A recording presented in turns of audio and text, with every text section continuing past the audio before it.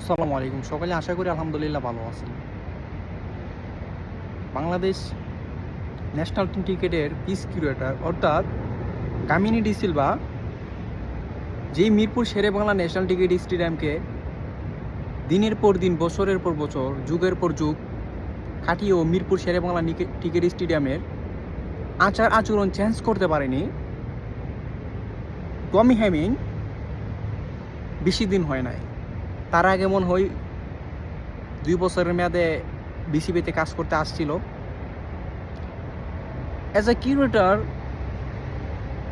পাকিস্তানে যখন চলে গেছিল, বিসিবির কোনো ঊর্ধ্বতন কর্মকর্তা কিংবা কামিনী ডি সিলভার সাথে কোনো একটা কথা নিয়ে কোনো একটা ঝামেলা হওয়ার কারণে পাকিস্তানে চলে গেছিল। পাকিস্তান ক্রিকেট বোর্ডের আবেদনের প্রেক্ষাপটে দীর্ঘদিন পর পাকিস্তান থেকে আসার পরে 2 বছরের মেয়াদে আবারও যখন চুক্তি হলো কামিনী ডি সিলভার থাকা সত্ত্বেও টমি হ্যামিংয়ের সাথে, সেই টমি হ্যামিং ন্যাশনাল টিমের উইকেট যখন তৈরি করতেছে, যেমন ক্রিকেটাররা খুশি তেমন বিসিবি বোর্ড খুশি, বিসিবির ঊর্ধ্বতন কর্মকর্তা থেকে শুরু করে বাংলাদেশ ক্রিকেট বোর্ডের যত গুরুত্বপূর্ণ সদস্য ব্যক্তিবর্গরা যারা আছেন সবাই খুশি।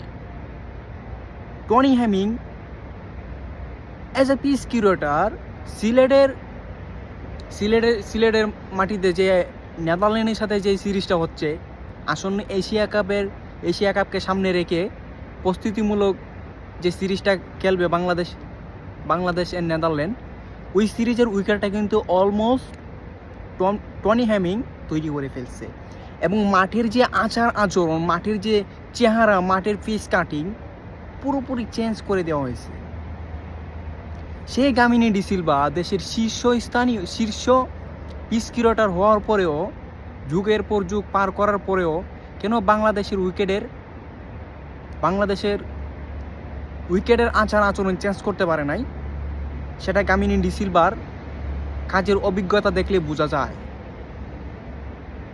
টনি হ্যামিং আসার পরেই বলছিল যে পিচে যত উইকেটে যত অ্যামারিং করবো তত উইকেট স্পটিং উইকেট হবে, ঠিক আছে।